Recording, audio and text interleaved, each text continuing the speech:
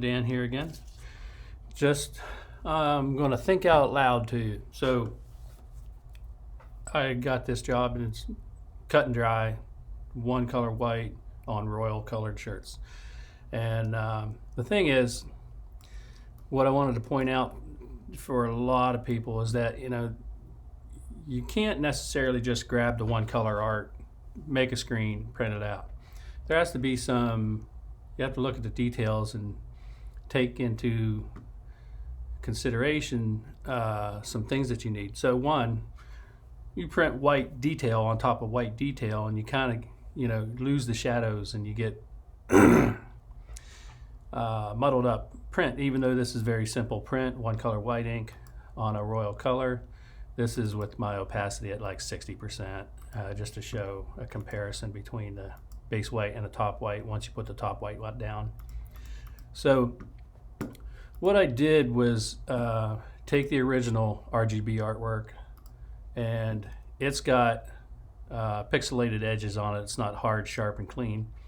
So this comes from like pasting in vector artwork from Illustrator or Corel and then into Photoshop, or maybe you typed it up in Photoshop.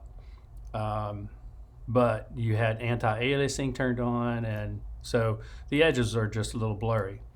And maybe it was resized, I don't know, but I got blurry edges. So in a nutshell, what I got to do is try to print the image in the detail, but the quality of the print is in the details.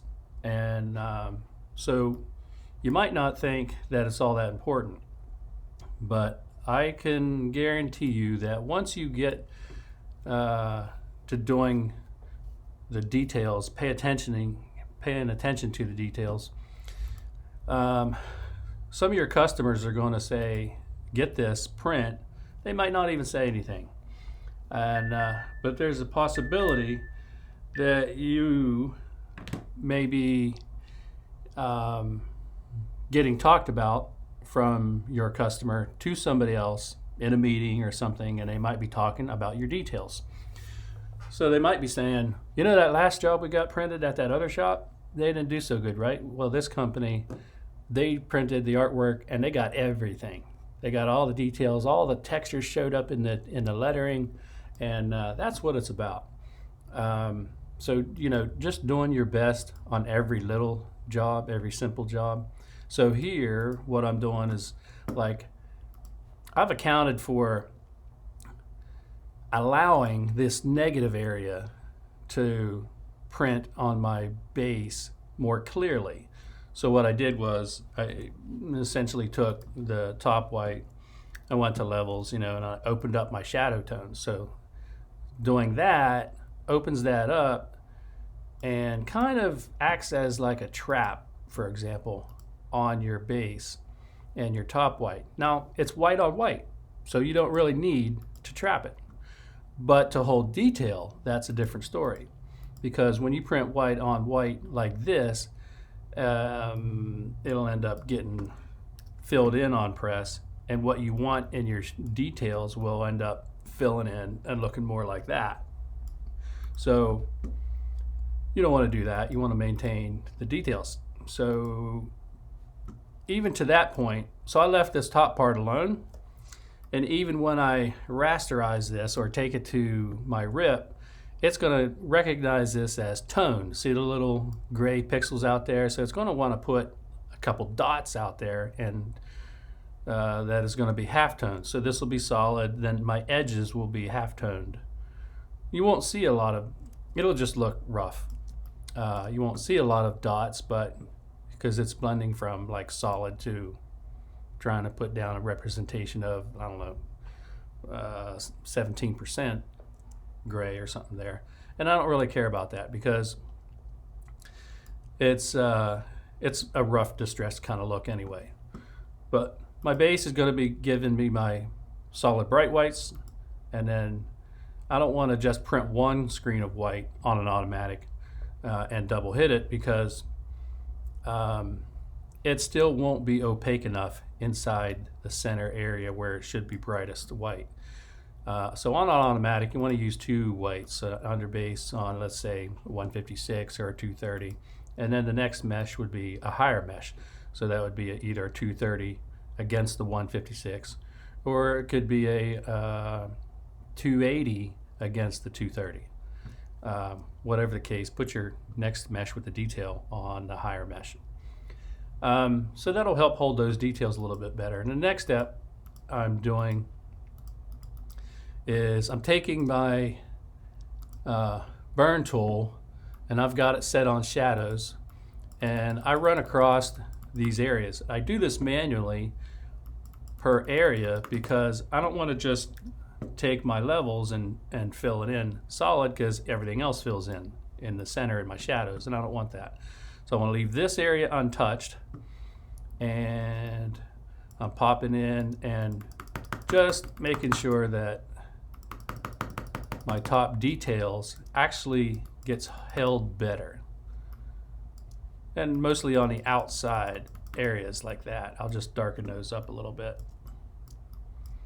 See all this stuff here may not work to the way I want it. So I just do a couple taps with the mouse, cover a few areas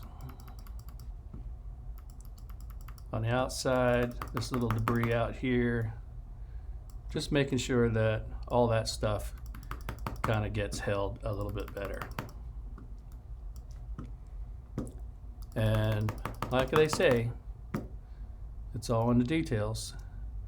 And so I just want to make sure that you get the opportunity to see that from somebody else. I've been doing this for 33, 34 years now, and I know I sound young, I look young, I act young, but I got a lot of experience at doing this stuff for years and years, and manual methods, automatic methods, I've done them all, and I've come to find that separations is all about just pushing pixels around, getting it to do what you want. There's no real magic to it. It's all experience and knowing how it's going to print on press. Even a method that you do will react differently if you change the inks.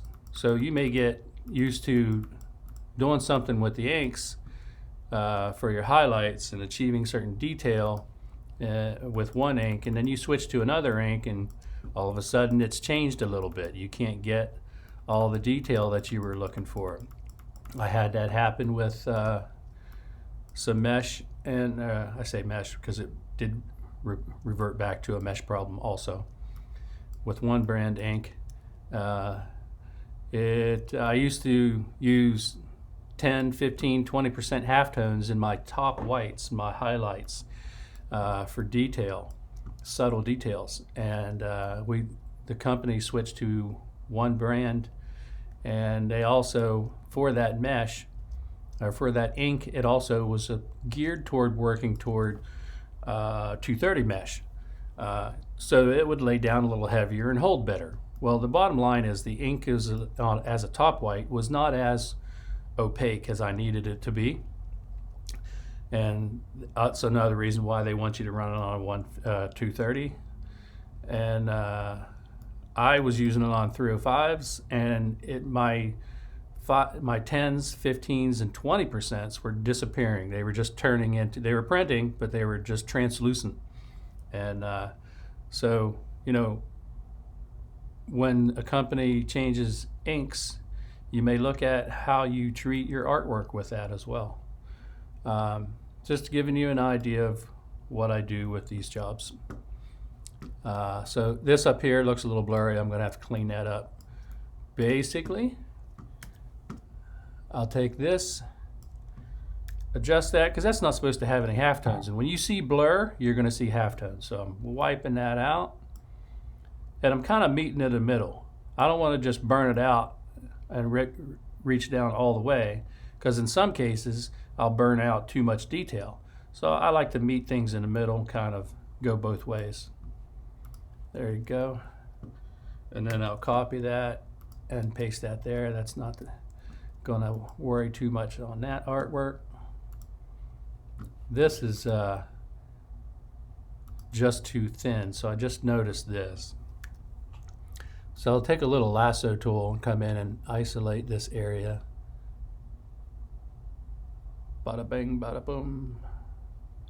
I don't want to get into too much of the artwork, because when you just like circle the whole thing, you'll be affecting areas that you don't necessarily want.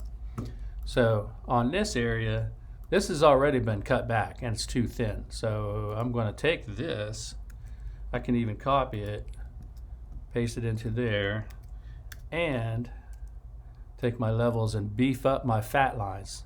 This is the fatter section, so I'm taking a copy of that, and I know that now will print much better and hold the detail. So again, you don't always want to just use the artwork as is. Even a one color white needs some attention.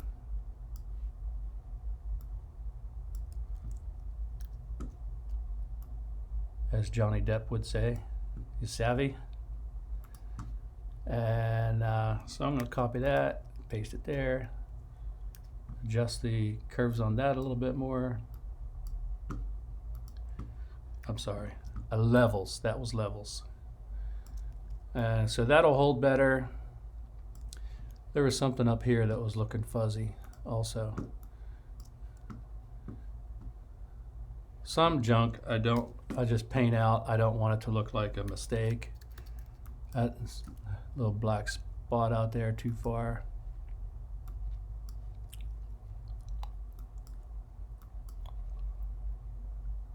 So look at that, and then I look at these details. This will come in with some gray tone. I guess that's going to be okay. It won't show up that much. There's a lot of debris on this one, on the original, that may look like mistakes, and I don't necessarily want that. So clean it up a little bit.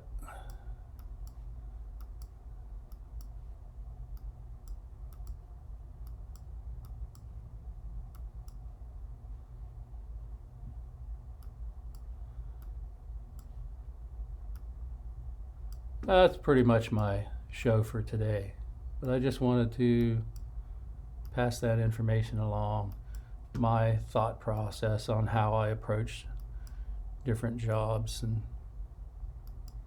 now granted, you may change your mind and not really mess with it if it's for 12 shirts or something, but this is 114, and for me, I always lean toward cleaning it up, because every job that I put out there, I want it to be my best one. And that's just kind of the way I work.